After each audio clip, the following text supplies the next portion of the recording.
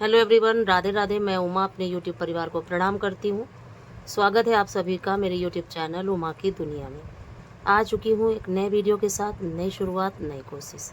समय है दोपहर का, खाना वगैरह हो चुका था और अब ये बारी थी कपड़ों की, क्योंकि अगर सुबह कपड़े नहीं धुले तो फिर वो दोपहर में ही नंबर आता है कपड़े धुलने का, ये निश्चित है। और कितनी भी कोशिश करो लेकिन सुबह क्या, डेली कपड़े सुबह पूरे धुले ही नहीं पाते। और यही कारण है कि समय से कपड़े, और थोड़े बहुत अगर धुलते भी हैं तो पता है मुझे भी थोड़ा सा आलस हो जाता है। क्या आलस हो जाता है? बार बार चढ़ने का छत पे। फिर ये लगा करता है कि साथ के साथ सभी कपड़े धुल जाएंगे तो फिर साथ के साथ फैला दूँगी, ये हो जाता है।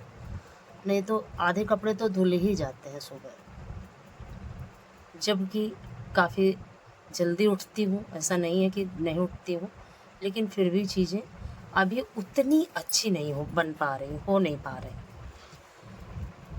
और जब हम कोशिश करते हैं तो एक ना एक दिन हमें सफलता मिलती है।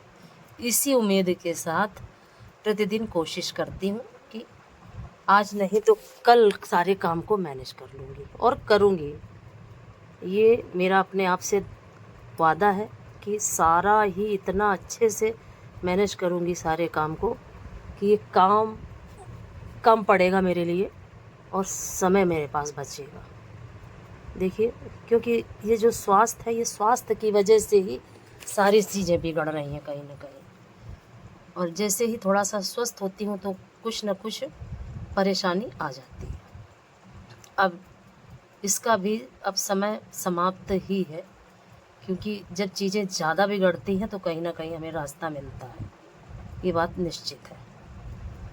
तो उम्मीद है कि सभी कुछ अब अच्छा होगा, और प्रभु से यही प्रार्थना भी करती हूँ कि प्रभु सब कुछ अच्छा हो जीवन में। और फिर देखिए, सारे कपड़े खंगाल के और सुखा लेती हूँ।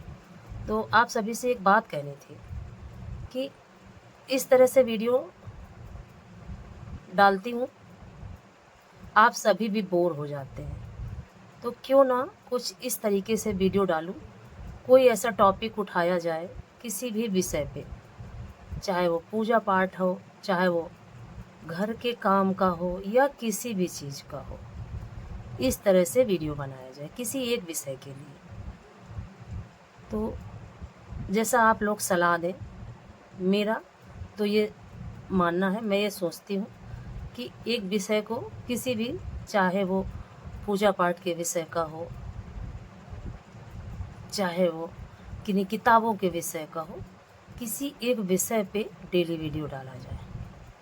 आप लोग भी कमेंट करके बताइएगा, सलाह दीजिएगा कि ये क्या सोचना मेरा गलत है, क्योंकि कहीं ना कहीं कुछ छूट रहा है, ऐसा मुझे लगा करता है। और जब मैं चीज़ें सोचती हूँ तब वो चीज़ें याद रहती हैं, हाँ कल मुझे इस तरह से वीडियो डालना है, और जब वीडियो डालने का समय आता है तब वो चीज़ें भूल जाती हूँ। तो अगर एक विषय को चुन के उस विषय पे हम बात करके और वीडियो को पूरा करें तो वो मुझे ज़्यादा अच्छा समझ में आता है। तो आप लोग भी अपनी राय दीजिएगा ज़रूर। और फिर देखिए, मैं सारे कपड़ों को फैलाने के लिए आ चुकी थी छत पे। धूप बहुत ज़्यादा तेज़ थी, बहुत ज़्यादा तेज़, और ऐसा लग रहा था, और बस थोड़ी देर बाद ही जैसा बादल जैसा आ गया था। इसी तरह का मौसम इस समय हो रहा है। एकदम से धूप आती है और फिर धूप निकल जाती है, और थोड़ी दूर पे देखिए तो छाया होगी, और अपने पास देखिए और देखिए फिर थोड़ी देर बाद धूप आ गई थी। इसी तरह से होता रहता है दिन भर। हालांकि अब सारे कपड़े सूख जा रहे हैं, कोई दिक्कत नहीं हो रही है। हाँ, अगर ज़्यादा जिस दिन लेट हो जाती हूँ उस दिन थोड़े बहुत शायद है कि गीले रह जाएं, नहीं तो सभी कपड़े सूख जाते हैं। और फिर ये शाम का समय है। छत से आने के बाद ये सारा सब कुछ मैनेज किया और सारा काम किया, और फिर उसके बाद ये देखिए, ये लेके चावल बैठ गई थी, क्योंकि महालक्ष्मी की पूजा की तैयारी भी करती जा रही थी थोड़ी थोड़ी करके। और ये देखिए, चावल कुछ इस तरीके से पूरे पूरे टूटे हुए खंडित चावल नहीं होने चाहिए पूजा में। और 16 दून 32 के हिसाब, 32 दानों के हिसाब से 16 दिन के दाने गिन के और पूजा में चढ़ाने होते हैं। तो ये दाने, ये चावल अलग गिन के रख लेती हूँ, और पूजा के लिए जो चावल अलग से चढ़ाने के लिए रखूँगी वो तो अलग रखूँगी। और फिर ये देखिए मेवा लेके बैठ गई थी, इसको भी कट कर लेती हूँ। तो कुछ चीज़ें तो रखी हुई हैं कटी, और कुछ चीज़ें काटनी थी। ये काम ज़्यादा ही ज़रूरी हो जाते हैं, क्योंकि जो बड़े बड़े काम होते हैं वो तो समय निकाल के हम करते ही करते हैं, पर ये छोटे छोटे से काम ये बहुत बड़े बन जाते हैं जब हमें कोई पूजा करनी होती है ये छोटा काम, लेकिन अगर इसको पहले से करके ना रखो तो ये बहुत बड़ा लगने लगता है। और ये वीडियो जो मैंने पिछला दिखाया, ये परसों का वीडियो था, और अब मिल रही हूँ ये कल का वीडियो है। कल शाम का समय है, चाय बनाई थी और पीती जा रही थी और भिंडी लेके बैठ गई थी, क्योंकि यहाँ पे कूलर चल रहा था। मुझे लग रहा था कि कूलर में बैठ के भिंडी काटूं, क्योंकि बहुत ज़्यादा गर्मी किसी किसी दिन लगती है। भिंडी काटी, फिर उसके बाद ये बर्तन पड़े हुए थे तो आ गई इनको धुलने के लिए। सारे के सारे काम अगर एक साथ थोड़ी थोड़ी देर में करते जाओ तो सारे ही काम हो जाते हैं, और अगर छोड़ के बैठ जाओ तो फिर सारे काम पड़े रहते हैं। अब एक साथ ही सारे काम पूरे होते जाएंगे, और अब ये रूटीन रात तक के लिए फुर्सत है। रात में 11 साढ़े 11 बजे ही फुर्सत मिलती है।